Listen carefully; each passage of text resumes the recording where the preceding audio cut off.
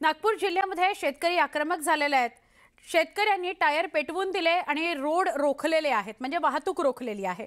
2 तासांपासून शेतकऱ्यांनी नागपूर मुंबई समृद्धी महामार्ग रोखून धरलेला आहे। महाराष्ट्रातील शेतकऱ्यांच्या संपूर्ण कर्जमुक्तीच्या मागणीकरता बच्चू कडू यांच्या नेतृत्वाखाली ट्रॅक्टर मोर्चा गेल्या 2 दिवसांपासून निघालाय। नागपूरमध्ये बेमुदत आंदोलन सुरू आहे, त्याचा आजचा 3रा दिवस आहे।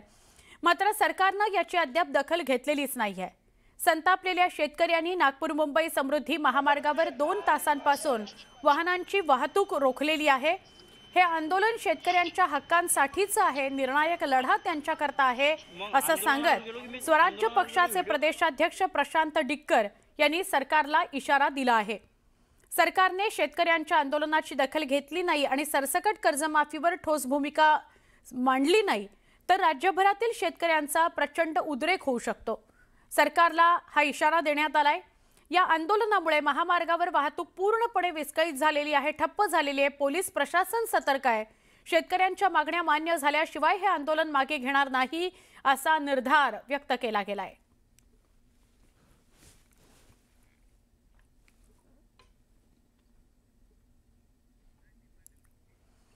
आमचे प्रतिनिधी उदय तिमांडे यांच्याशी आपण बोलूया। उदय, सकाळच्या सत्रात म्हणजे पहिल्या काही तासांमध्ये अशी माहिती मिळत होती की वर्ध्याकडून नागपूरकडे समृद्धीकडे जाणारा जो आरंभ बिंदू आहे तो बंद करण्यात आलाय। त्यामुळे आता इथेच वर्धा नागपूर या रस्त्यावरच सगळे आंदोलक आक्रमक झालेले आहेत का? काय म्हणणं आहे या आंदोलकांचं? नक्कीच आंदोलकांना जे आहे ते सुरुवातीला नागपूर हैदराबाद महामार्ग आहे तो रोखून धरला होता आणि त्यानंतर रोग जो आहे तो समृद्धी महामार्ग वळवला होता। कारण हा महामार्ग रोखल्यानंतर प्रमाणात डायव्हर्ट वाहतूक जी आहे ती समृद्धी महामार्गाने केली होती आणि त्यामुळे संतापलेल्या शेतकरी आंदोलन मार्गाचा जो 0 पॉइंट आहे शिवमडका येथे जे आहे ते सोयाबीनचे आणि कापसा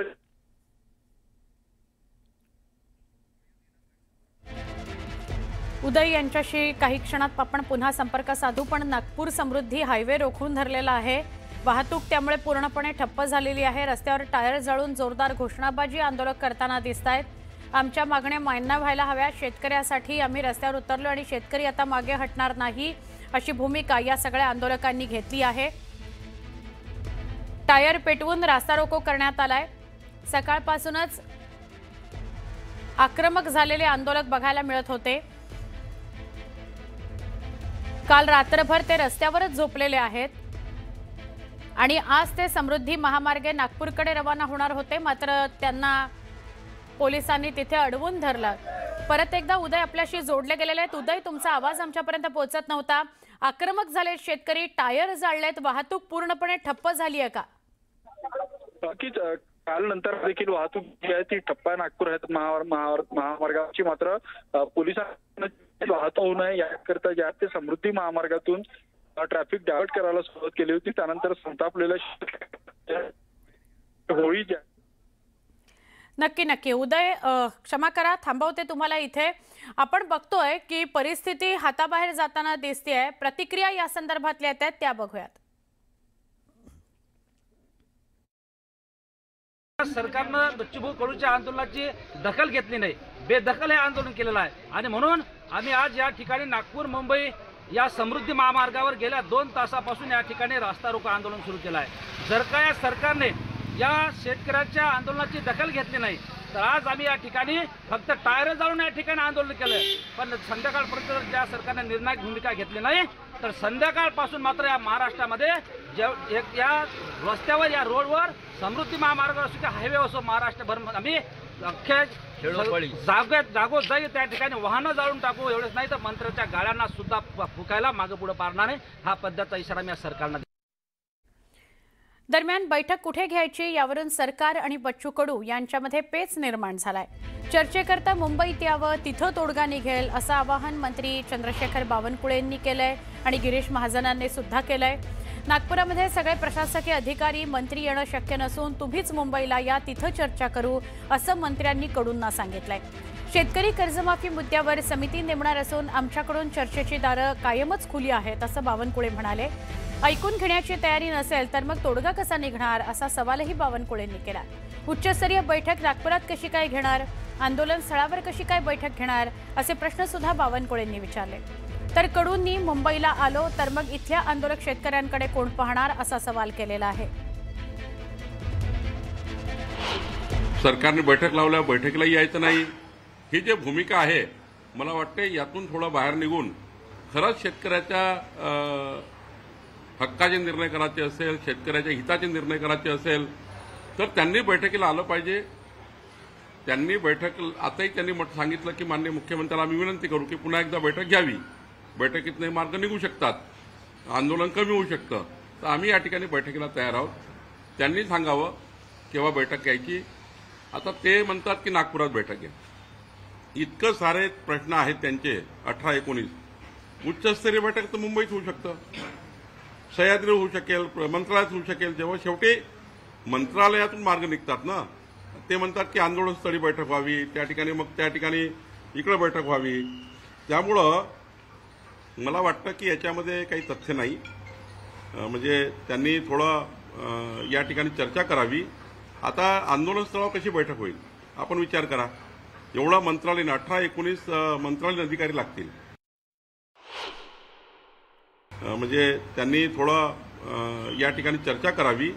आता आंदोलनस्थळावर कशी बैठक होईल आपण विचार करा। एवढा मंत्रालयीन 18-19 मंत्रालयीन अधिकारी लागतील, जे प्रधान सचिव, अतिरिक्त मुख्य सचिव, मुख्य सचिव, एवढं सरकार तिकडे घेऊन जाण्यापेक्षा सकाळच्या विमानाने येणे, दुपारच्या विमानाने वापस जाणे। नागपूरला अवेलेबिलिटी आहे विमानाची। त्यांना आमची विनंती आहे की त्यांनी यावं चर्चेला, सर्व त्या ठिकाणी तोडगा काढावा। आम्ही शेतकऱ्याच्या बाजूने आहोत, तोडगा काढायला तयार आहोत। चर्चेचे दारं खुले आहेत, त्यांनी चर्चेचे दारं बंद करू नये। साहजिक आहे आणि शेवटी भावना आहेत शेतकऱ्यांची, शेवटी शेतकरी अडचणीत आहेत आणि अडचणीच्या काळामध्ये शेतकऱ्याला मदत केली पाहिजे, याबद्दल कोणाचं दुमत नाही। परंतु आज पहिल्यांदा आपल्याला कुठली गरज होती तर अतिवृष्टीमध्ये आज खूप मोठं शेतकऱ्यांचं नुकसान झालेलं आहे। साधारणतः 2 कोटी लाख एकराच्या पेक्षा जास्त नुकसान हे शेतकऱ्यांचं झालेलं आहे आणि त्या शेतकऱ्याला पाठिंबा देणं, त्या शेतकऱ्याला पुन्हा उभा करणं हे आता आमचं पहिल्यांदा राज्य सरकार म्हणून आम्ही सगळेच राज्याचे मुख्यमंत्री, दोन्ही उपमुख्यमंत्री आमच्या सगळ्यांचं कर्तव्य। त्याप्रमाणे आपण निश्चित प्रकारे सरकारांना शेतकऱ्यांना मदत करतोय, शेतकऱ्यांना सहकार्य निश्चित प्रकारे करतोय आणि आगामी काळात सुद्धा ज्या बच्चूभाऊच्या मागणीच्या बाबतीमध्ये स्वतः मुख्यमंत्री आज पुण्यामध्ये आहेत, दोन्ही उपमुख्यमंत्री पुण्यामध्ये आहेत आणि राज्य सरकार या बाबतीमध्ये सकारात्मक आहे। प्रश्न हा आहे की कृषी मंत्री तुम्ही आहात आणि बावनकुळे साहेब तिकडे भेट देत आहेत, तुम्ही भेट देणं बावनकुळे ऐका ना, आमचं शेवटी मंत्री हे विभाग असतात, मंत्री म्हणून आम्ही सगळे एक असतो आणि बावनकुळे साहेब हे आमचे सिनियर मंत्री आहेत, राज्याचे महसूल मंत्री, सिनियर मंत्री। त्यामुळे बावनकुळे साहेब या बाबतीमध्ये तिथं चर्चा करतायत आणि चर्चेचा निश्चित प्रकारे लवकरच योग्य तोडगा निघेल। कर्जमाफीच्या मुद्द्यावर बच्चू कडूंनी काढलेल्या महाएल्गार मोर्चाचा आजचा 3रा दिवस। सरसकट कर्जमाफी, 7/12 कोरा करा, दिव्यांगांना न्याय द्या अशा 20 प्रमुख मागण्या आहेत। कडूंनी महाएल्गार मोर्चा त्याकरता काढलाय। या शेतकऱ्यांच्या मागण्यांवर तोडगा काढण्याकरता कडूंनी बावनकुळेंशी फोनवरून संवाद सुद्धा साधला। बैठक नागपूरला घ्या, चर्चेकरता आम्ही तयार आहोत असं कडू म्हणतायत। आम्ही मुंबईला जाणार नाही असं कडूंनी ठणकावून सांगितलं। मंत्री बावनकुळेंनीच नागपूरला यावं, चर्चा करावी अशी मागणी कडूंनी केली आहे।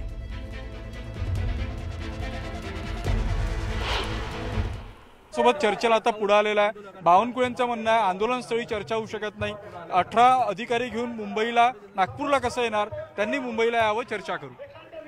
नाही माझं काय म्हणणं आहे, आम्ही 8-8 घंटे कसं जाणार आहे मुंबईला, जायला 8 घंटे लागणार आहे आणि इथं जर काही बहकलं, इथले आंदोलक जर हातात नाही राहिले तर कोण जबाबदार राहणार आहे? म्हणजे तुम्हाला रक्तबांबड करायचं आहे का शेतकऱ्याला? आम्हाला तिकडे पाठवायचं आणि बदनाम करून नेता तिकडे गेले आणि इकडे कार्यकर्त्याला हुसकून दिले, पुन्हा असे बोलायला तयार। राजकारण होतं की काय, अशा त्याचा सुगंध येत आहे मला। पण सरकार म्हणलं आहे की त्यांची चर्चेची दारं उघड्या आहे, बच्चू कडू स्वतः चर्चेला पुढे येत नाहीये। हां, आम्ही तयारच आहे, स्वागत आहे। बाकीच्या ठिकाणी जाता आलं तुम्हाला जातीच्या मोर्चामध्ये, इथं याला काय झालं शेतकऱ्याच्या मोर्चामध्ये? बरं, मग आता काय तुमचं बोलणं झालेलं आहे, आता तुमची मागणी काय असणार आहे आणि त्यासाठी सरकार बावनकुळे सकारात्मक मागणी आहे, हमी भावाची मागणी आहे, पेरणी ते कापणीपर्यंतची मागणी आहे। शेतमजुरांना महामंडळ तयार व्हावं, त्यांना विमा भेटला पाहिजे, दिव्यांगांच्या मानधनाच्या बाबतीत असेल, तुमच्या अंत्योदय योजनेच्या बाबतीत असेल, मेंढपाळांच्या संदर्भातली मागणी आहे, मच्छीमारांची आहे, ही ग्रामपंचायत कर्मचाऱ्यांची आहे, डाटा एंट्री ऑपरेटरवाल्याची आहे. या सगळ्या मागण्या आम्ही त्यांना 12 मागण्या प्रमुख करून दिलेल्या आहे. अ आणि ब केलेल्या. अ म्हणजे निर्णय झाला पाहिजे, ब म्हणजे चर्चा झाली पाहिजे. हो, सरकार नागपूरला येत नाहीये, तुम्ही मुंबईला जात नाहीये, तोडगा कसा निघणार? हे आंदोलन किती वेळ चालणार? जेपर्यंत देवाभाऊची इच्छा आहे तेपर्यंत चालू, त्याच्यावरच आहे का नाही आखरी. कसं आहे, बटन त्यांच्याजवळ आहे. त्यांनी निर्णय घेतले तर आंदोलन उद्या आजच बंद होते, नाही घेतले तर चालू राहणार. बरं, बटन दाबायला त्यांनी नागपूरला यायचं आहे की आता तुम्ही जाणार? कुठूनही दाबलं पाहिजे ना, तिथूनही निर्णय घेऊन बटन दाबा. आम्ही इथं कॉपी पाहतो, मागं घेतो. बरं, आता बावनकुळेंनी तुम्हाला आश्वस्त केलेलं आहे की मुख्यमंत्र्यांशी चर्चा करून सांगू, तुम्ही 12 वाजता रेल रोको करणार होतात, त्या बाबतीत आता काय होणार? अर्धा तास वाट पाहतो आम्ही. बरं, तुम्ही संघ पदाधिकाऱ्यांशी देखील चर्चा करणार आहे? आम्ही कोणता रेशमी बाग ना, रेशम बागला जाणार आहोत. तिथे RSSची काही मंडळी आहे, त्यांचा बराच अंकुश भाजपवर असतं आणि त्यांना पण विनंती करणार आहोत का यांचे थोडे कान टोचा. शेतकरी हा हिंदू आहे, मग हिंदू शेतकऱ्याचं तर भलं करा ना कम से कम. हो, तुम्ही संघ कार्यालयात जाताय, मोदी महाराष्ट्रात आहे, मोदींपर्यंत तुमचा निरोप पोहोचवणार? म्हणजे मोदीजी आखरी कोणाच्याच मतानं ऐकत नाहीत, ते RSSच्या मतानं ऐकणारच आहे. आणि मोदीजीपर्यंत कानावर गेले का मोदीजी देवेंद्रजीला सांगणार, आणि देवेंद्र बोलले का काम फत्ते होणार. नक्कीच आपण पाहतोय की आम्ही मुंबईला चर्चेला जाणार नाही, मुख्यमंत्र्यांच्या हाती बटन आहे, त्यांनी बटन मुंबईतून किंवा नागपुरातून कुठून दाबायचं ते दाबावं. मात्र शेतकरी कर्जमाफी होईपर्यंत आंदोलन मागे घेण्याची भूमिका बच्चू कडू यांनी घेतलेली आहे. महाएल्गार आंदोलनामुळे वर्धा, चंद्रपूर, हैदराबादसह अमरावती आणि जबलपूर महामार्गावर वाहतूक पूर्णपणे ठप्प झाली. आक्रमक झालेले शेतकरी संपूर्ण वर्धा मार्गावर ठिय्या मांडून बसले. जामठा इथल्या कापूस संशोधन केंद्राच्या 30 एकर मैदानासह संपूर्ण वर्धा मार्गावर आंदोलक पसरले. त्यामुळे नागपूरकडे येणारी सगळी वाहतूक ठप्प झाली. अनेक तास अडकून पडलेल्या वाहन चालकांचे मोठे हाल झाले. नागपुरात शेतकऱ्यांचं आंदोलन सुरू आहे. या शेतकऱ्यांच्या आंदोलनामुळे अनेक नागपूर शहरामध्ये परिणाम होतात. यासोबतच आउटर रिंग रोड जो आहे, जबलपूर सिवनी हायवे आहे असो किंवा वर्धा रोड असो किंवा चंद्रपूर वर्धा रोड असो, नागपूर चंद्रपूर असो, हे सर्व रोड बंद झालेले आहेत. याचा मोठा परिणाम ट्रक चालकांवर होत आहे, यासोबतच प्रवाशांवर होत आहे. मोठ्या प्रमाणात या रोडवरून, या महामार्गांवरून प्रवास होत असतो. या प्रवासादरम्यान आता अनेक नागरिकांना 5-5 ते 7-7 किलोमीटर पर्यंत पायी चालत जावं लागत आहे परतीचा प्रवास करताना. याचबरोबर ट्रक चालक मागच्या 2 दिवसापासून उपाशी असल्याचे, या जाम मध्ये फसल्यामुळे त्यांना या रस्त्यावर कोणत्याही प्रकारचे धाबे नाहीत किंवा जेवणाची व्यवस्था नाही. यामुळे त्यांना जेवणाची व्यवस्था सुद्धा सुरळीत होत नाही आहे आणि बाकी सगळ्या समस्यांना सामोरं जावं लागतंय. बऱ्याच ट्रक चालकांच्या साहित्यांमध्ये फळाचे साहित्य आहे, शेतीचा माल आहे, तो सुद्धा वाया जातोय. अशा पद्धतीचा ट्रक चालक सांगत आहेत. ऋषभ फरकुंडे, न्यूज 18 लोकमत, नागपुर. कल इवनिंग 5 o'clock से हम फंसे हैं इधर, 5:30 से, तो ऑलमोस्ट 19 आवर्स से इधर ही फंसे हैं और हाईवे पे है. कुछ खाना पानी कम मिल रहा है, बस बच्चा लोग है बहुत गाड़ी में. हम बैंगलोर तक जाना है, पूरा गाड़ी है बैंगलोर का है, तो ऐसा ही फंस के है अभी. कल 5 बजे से खड़े हैं भाई साहब, और समस्या ये है ना, खाने की व्यवस्था है, सब कुछ महंगा मिल रहा है और अब फिलहाल मिल भी कुछ ना रहा.